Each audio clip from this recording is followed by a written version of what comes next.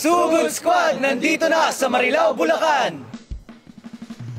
Dumayo na nga kami at sinugod ang mga Marilenyo. At dito nagpa-tournament kami sa 28 na teams. Kasama ang MOBB Community Heroes. Grabe, sobrang daming teams ang sumali. At kung sino man ang magiging kampyon sa tournament nila ay mananalo ng cash at diamonds. At syempre, magkakaroon ng chance na makalaro at makalaban ang Team Fuego para manalo naman ng cellphone. Bukod sa mga players, marami ding nanood. Dito namigay din kami ng mga keyboard, t-shirt, jacket, mousepad na hatid sa atin ng Mountain Dew. Grabe, sobrang nag-enjoy ang mga tao. Kasi kahit nanonood lang sila, malaki rin ang chance nila na manalo. Nag-enjoy ang mga tao sa MLBB community. At matapos nga ang isang buong araw na puno ng bakbakan at labanan, ang champion sa Marilao na makakalaban ng Team Fuego ay ang team ng Saog 2. May premyo na sila. Pero kapag natalo nila ang Team Fuego, may bonus pa. Nag-enjoy sila nung finals, nung mga time na naka-present kami doon, mas mag-enjoy sila ngayong kalabanan namin ng Team Fuego. So, hinahamon namin sila na galingan din. Magpatalo daw. Nagalingan din, tulad ng ipapakita namin. Dahil ipapakita namin yung best namin today. May dala rin nga pala kaming gaming chair dito para solid talaga ang laruan galing sa TT Racing. Ito yung local tournament na sa gaming chair ka uupo kaya solid talaga. At syempre, namigirin kami niyan sa mga tao. At eto na nga, sinimulan na namin ang laban. Presented by Mountain Dew with our major sponsor TT Racing and Bus Philippines. Eto na ang game number 1. Fast forward ko na lang ang kanilang pickings pero ito yung mga naging hero nila. Grabe, matinding challenge din para sa team ko to. Kasi ang lalabanan nila ay ang mga kampyon dito sa lugar na to. Best of 5 ang labanan, ibig sabihin ang unang makakatatlo ang mananalo. Early game pa lang ay nangungulit na dito ang Team Fuego at ayaw bigyan ng minions ang mga kalaban. Pero natili lang kalmado ang battlefield hanggang sa lumabas na ang unang turtle ng laban. Mas naunang pumwesto dito ang Team Fuego pero Saog 2 ay co-contest pa rin. Final slash galing kay Arlot pero hindi umabot. Nikolai securing the turtle, nakapitas pa ng isa pero gumugusto pa. Double kill ang kanyang nakuha. Pero si SP dito ay nakita ng Kalea. Flicker out pero mukhang susundan siya. Grabing huli yun, galing dito kay Gem. Magkaka-turtle dito pero si Hennessy ay going low. Tinamaan siya ng Novaria. SP nabuhat pero Tectonic Charge ay kumonekta. Mukhang ang clash ay mababaliktad pa at killing spree para kay Nikolai. Ika 6 minutes na nga ng laban at eto yung Granger. Si Feds ay sobrang sakit na. Real world manipulation sabay ulti ng Grak ang kokonekta sa mga kalaban. Tapos etong si Feds ay uubusin sila. Medyo nahihirapan na dito ang Saog 2. Team Fuego, ang Lord ay nakuha. Mukhang mag-out na lang dito sila pero mukhang mapipitas pa. Etong si Baksha na may kasama pang Kalea. 10 minutes ng laban, naipit dito si Baksha at mukhang siya ay mabibigyan na. Tali ni Hennessy ay na-purify tapos Tsunami Slam dito kay Roger. Nag-out na nga siya dito pero humabol pa ang Lycan Pounds at inubos ang kalaban with a clean savage. At ayun na nga ang game number 1 ay masesecure ng Team Fuego Esports. Dito naman tayo sa ating game number 2. Kung mapapansin nyo, more on late game heroes dito ang pinik ng Saog 2. Ixadigi tapos Sicilion.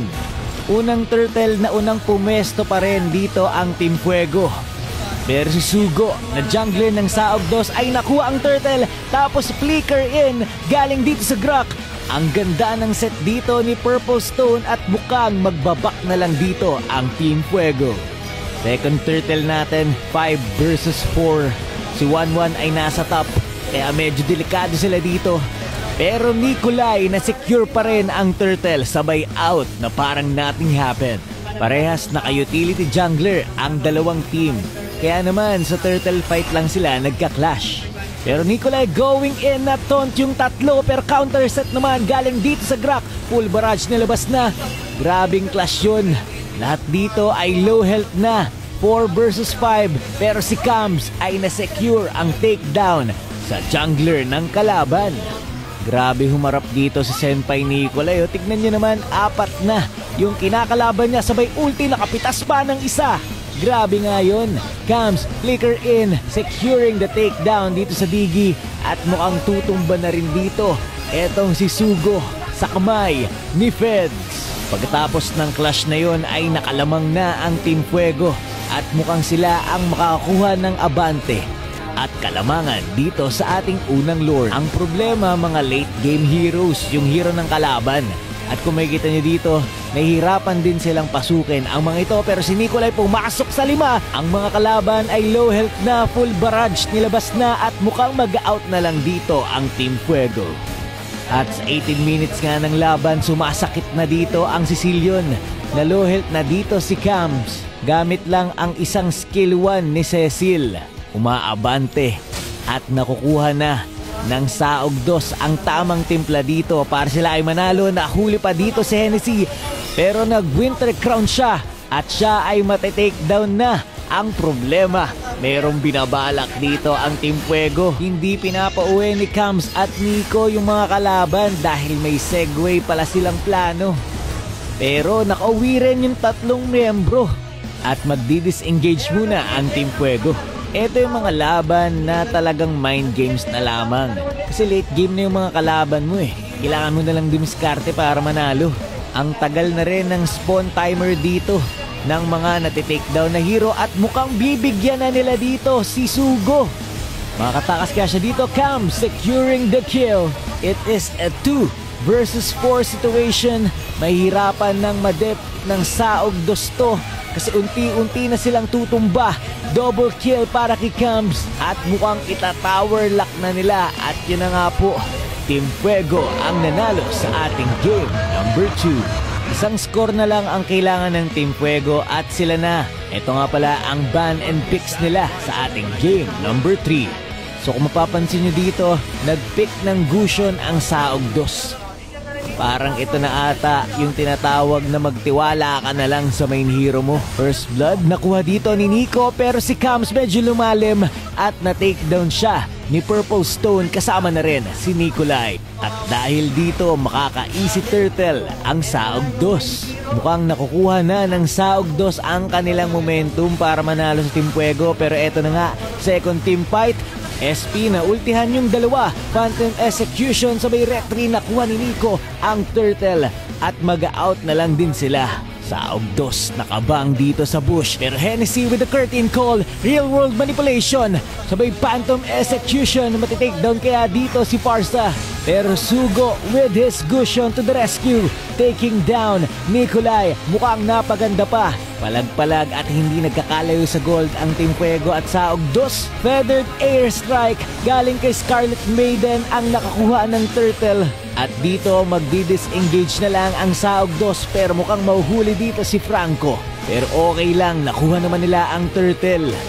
At na-maintain nila ang kanilang kalamangan. Nakuha pa nila ang Elemental Lord. Mukhang delikado na dito ang Team Fuego.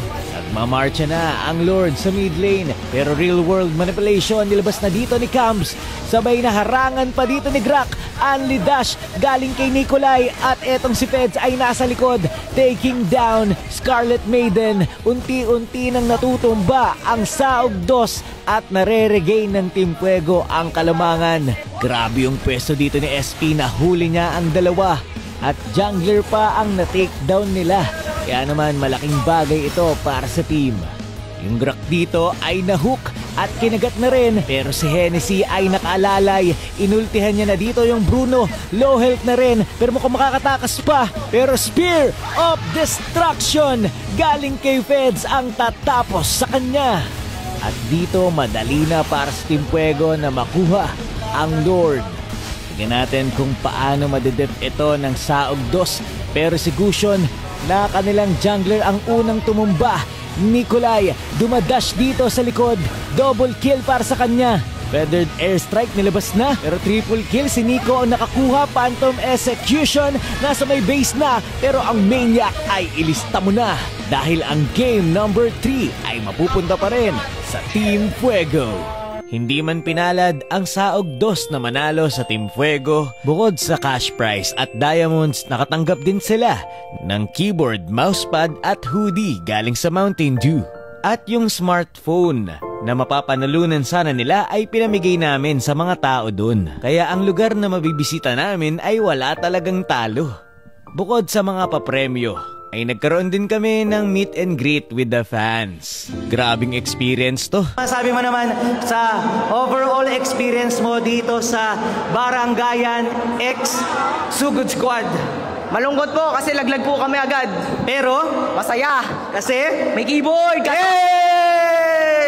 Kaso walang PC. Excite pala, masaya pala siya. Masaya po kasi nabibigyan ng opportunity sa mga manlalaro. Kahit mga tambay lang, basta marunong ka mag-ML, pero kakayahang manalo. Shoutout nga pala sa Kalos PH Dasma para sa aming bagong jersey at saan naman kaya kami susunod na susugod. Yun lang muna for this video. Maraming salamat sa panonood and to God be the glory.